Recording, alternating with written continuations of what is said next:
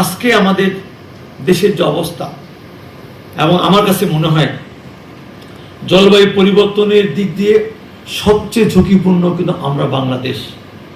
এবং আগামী 2050 সালের মধ্যে আমার বিশ্বাস যেভাবে আমাদের জমিতে লবণাক্ত বাড়ছে, বিশেষ করে আমাদের সমুদ্র পাড়ে এবং দক্ষিণাঞ্চলে, সেখানে আমাদের 40% মানুষ সেই লবণাক্ত এরিয়ার মধ্যে পতিত হবে। কাজে সেই ক্ষেত্রে আমাদের এই যে আমাদের দূষণমুক্ত পানি, এই যে আমাদের আগামী দিনে আমাদের সেভ দ্য আমাদের ওয়াটার অ্যাক্সেস, এই বিষয়গুলোকে আমাদেরকে সামাজিকভাবে এমনভাবে ছড়িয়ে দিতে হবে যার মধ্য দিয়ে আমাদের প্রতিটি মানুষের মধ্যে যেন আমরা সচেতনতা তৈরি করতে পারি।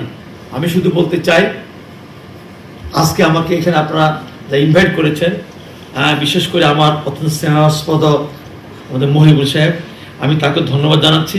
এবং এর পাশাপাশি আপনাদের বিশেষ করে আজকের এই সিটি ব্যাংক এবং water.org যৌথ এই যে আজকের কর্মশালা, এর মধ্য দিয়ে আমাদের ওয়াটার এবং রিসোর্স মন্ত্রণালয়ের পক্ষ থেকে যে ধরনের সহযোগিতা চান, সেই বাস্তবসম্মত সহযোগিতার জন্য আমরা প্রস্তুত আছি।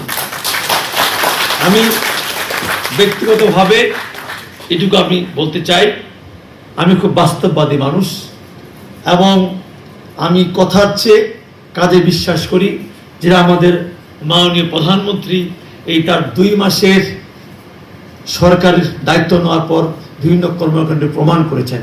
ঠিক তদ্রূপ আমি আমার মন্ত্রণালয়ের প্রতিমন্ত্রীর দায়িত্ব নেওয়ার পর থেকেও আমি সারা বাংলাদেশে কিভাবে আগামী দিনে 2000 নদী, খাল, জলাশয় খনন করা যায়, কিভাবে পানির স্তর আমাদের ধরে রাখা যায়, কিভাবে আমাদের মানুষজনকে বিশুদ্ধ পানি আমরা যেন পান করাতে পারি তার ব্যবস্থা করা যায়, এবং স্যানিটেশনগুলো আমরা কিভাবে আরও গ্রামে গঞ্জে ছড়িয়ে দিয়ে মানুষদেরকে সচেতন করতে পারি, এবং এই যে লবণাক্ত হওয়া, এই যে বাংলাদেশের আগামী দিনে আমাদের বৈশ্বিক বিভিন্ন সমস্যায় পড়ব, সেখান থেকে রক্ষা করতে পারি, সেই জন্য কাজ করছি।